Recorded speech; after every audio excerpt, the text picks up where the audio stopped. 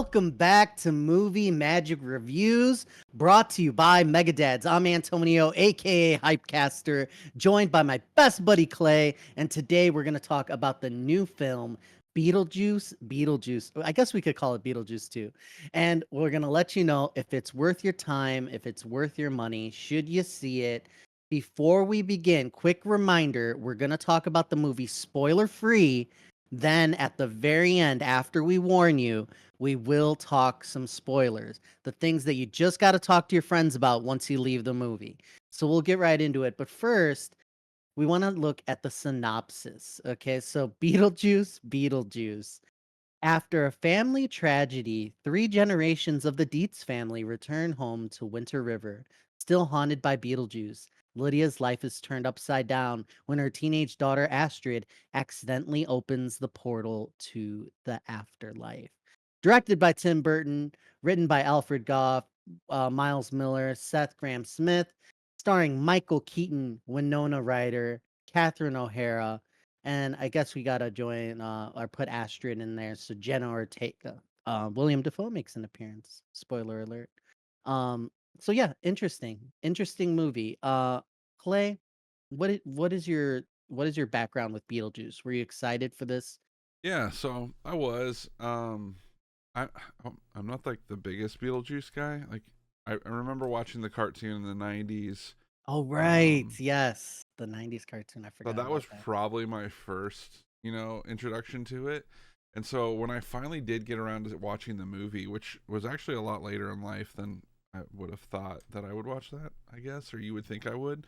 Like I had already knew my wife, who I know now, like she showed it to me. I was like, all right, let's watch this. I've actually never seen it all the way through. I think I'd seen bits and pieces of it. Once I watched the original, I was actually really surprised at how good it was, and it wasn't what I thought it was going to be.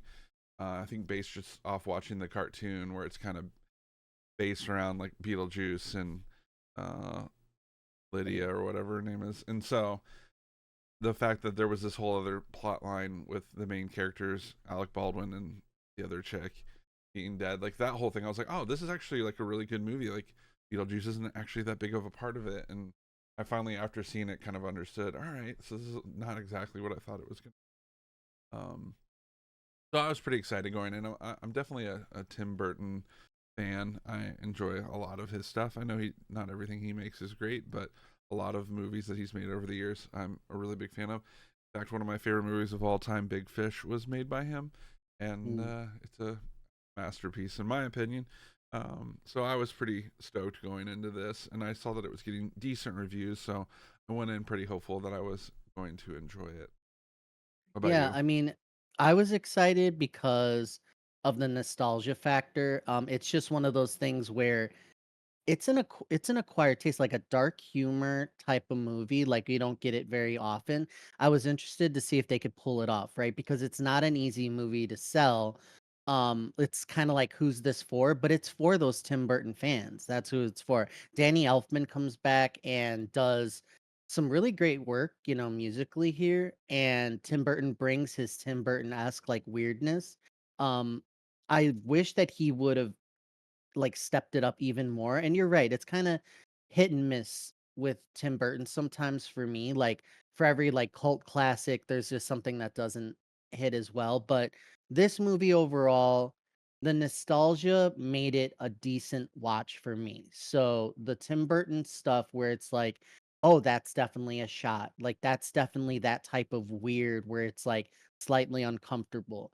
Like there's different scenes that happen where you're just like, this is a Tim Burton flick and it delivers in that way. So if there's any one reason to see it, bottom line, I would say it's for that kind of odd, quirky, like Tim Burton-esque like stuff going on. And it was okay. I'll give it an okay. To me, one of my biggest gripes, right, was you have a lot going on. There must be like three and a half plots, like 4.5 villains, and I just thought it was too much. Like 75% way of the movie through, I was like, they're doing too much. Yep. When I left the theater, I brought my wife to see it. She was a big Beetlejuice fan. First thing she says to me is like, "Man, they tried to do too much." I'm like, I was thinking the exact same thing. Yep. It's just kind of a lot of characters, a lot of new characters, and no one really gets time to breathe. What did you think? Any pros or cons? Yeah, I mean, my wife said the same thing to me. I completely agree. A lot of storylines going on at the same time. But the problem with that, like sometimes you can do that, but with this, I felt like it was a very quick resolution for all of them. So it was just Yes. like, all right, we got to figure out a way to like kind of clear all this out. So we're just gonna do this one thing really fast, and then we're all good. But that's also kind of the quirkiness of these kinds of movies, where it's just all of a sudden like, oof, that person's gone or dead or blown up or whatever, and it's just like, all right, on to the next thing. So it's just a little random. It's a little hectic. Um, that was one of my biggest gripes. The only other one that I had, honestly, and this isn't necessarily the movie's fault, but just the industry's fault. I felt like all the really good bits were in the trailer, and I felt Yeah. like I loved watching Michael Keaton in this. I thought he did a fantastic job. Every time he was on screen, I was just had a stupid big smile on my face. He's so good. But it was like all the hilarious jokes I had already laughed at 3 or 4 times watching the trailer leading up to seeing this movie. Every time we go to review a movie for this show, I would see this trailer basically, and so it was like, and they were hilarious when I first saw them, but after like the fourth time of seeing the trailer, I'm like, okay. And I was hoping there was going to be a lot of really good bits that they saved for the movie. There was a few, but not as many, and so I was a little bummed about that. Um, but overall, I mean, I had a great time with it. A couple negatives here and there, but I thought it wasn't a super long runtime, which was probably for the best. And Yeah. the performances were great, as you mentioned. Danny Elfman, I think, did a great job. He killed it. I appreciate that they threw some more characters in this time and didn't just focus on the new ones. But like you said, it felt like a lot. Any one of the plot lines, the like 3 or 4 that there were, you could have just picked one of them or maybe two That's of what my them, wife said. Yeah, and she's like, had a any good of these movie. would have been an okay idea to just go with. Right, right. And I so, think they had a couple ideas on the chopping block and they're just like, let's just do all three. And that's what ended up happening. right, right. I'm Uh, glad you brought up the humor because we laughed out loud. The whole theater laughed out loud just like 3, 4 times, maybe 5. But it was in those slight moments where they put a little extra effort to write in something clever or something unexpected, and some things weren't in the trailer. And I was like, man, if they would have just turned that up like a few notches, where everyone could, because they could have, like, they had so much, like, potential, so much source material. You got Michael Keaton, you got all these people. A lot of things there was potential for it to be even funnier, but the original really wasn't, like, laugh out loud funny either, so I kinda took it like they did more funny stuff than they would did in, like, the original to me, if I go back, and then, the weirdness level, it could have been up. Like, there are certain scenes in the movie I'm like, "Oh, they went kinda dark and creepy." Like, they turned that up with special effects and different things that they do. And then I feel like in other areas, they kinda just kinda left it, they were, like, playing on the same visuals and the same jokes, like, way too long. Like, when you're in the underworld, or, it just seems like the afterlife was, it is what it is. This is the budget. This is what we have. This is our playground, and then that's it. Like, they could have pushed the limits there, a little more. So I think there were definitely some budget things going on, but yeah, very interesting. So you did like the performances from pretty much everybody, or yeah, I'm trying to think if there. I thought Catherine O'Hara was hilarious. she did good. She She was did. in the movie quite a bit, and people love her. Like, I think they tweaked her character a little bit, and I haven't watched the first one in a while, so I could be wrong. But mhm, I think they made her a little more like tolerable, because in the first one she was a little like insufferable. I felt like, but mm, I've always liked Winona Ryder. I still think she's like kind of a babe, and still a really good actress. And so mhm.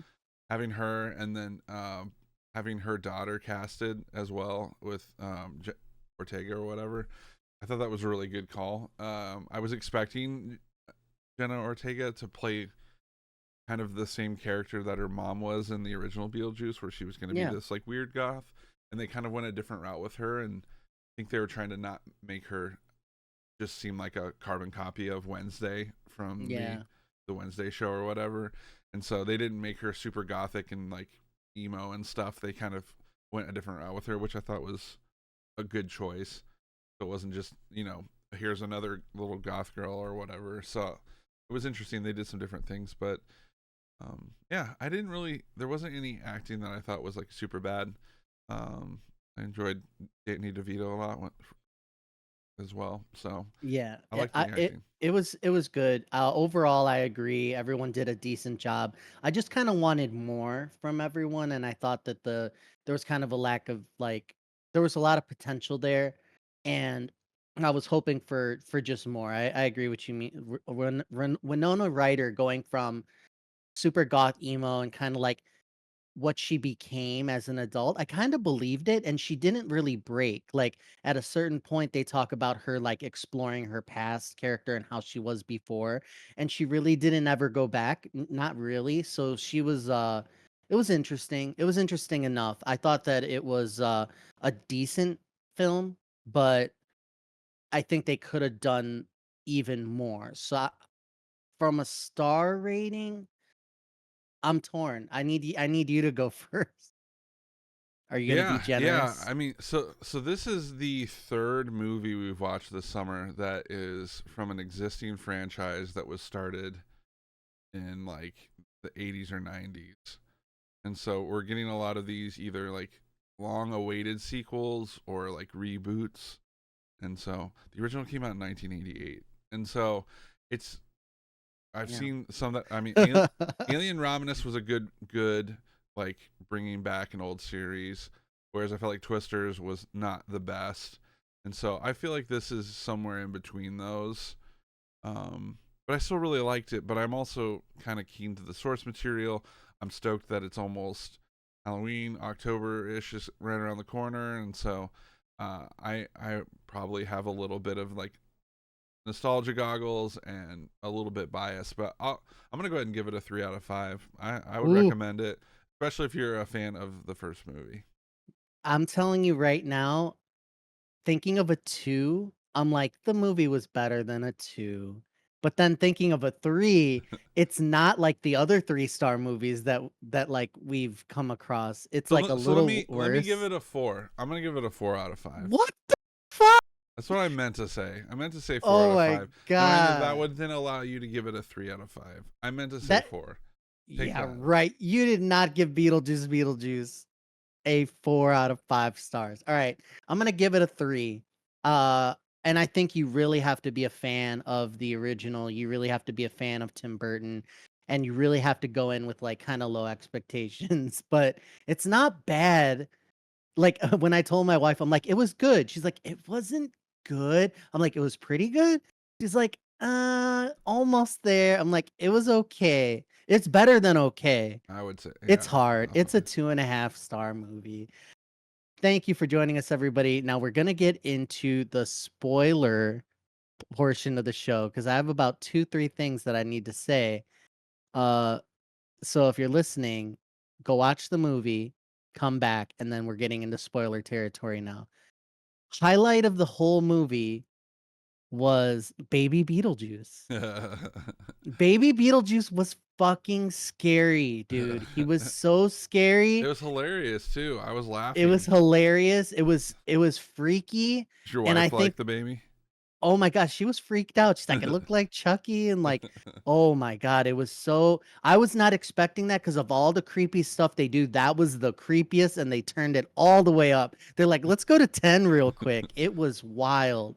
It's like taking little bites out of people and stuff. Oh my god. The end scene type stuff, Yeah. not it was intense. I wanted more.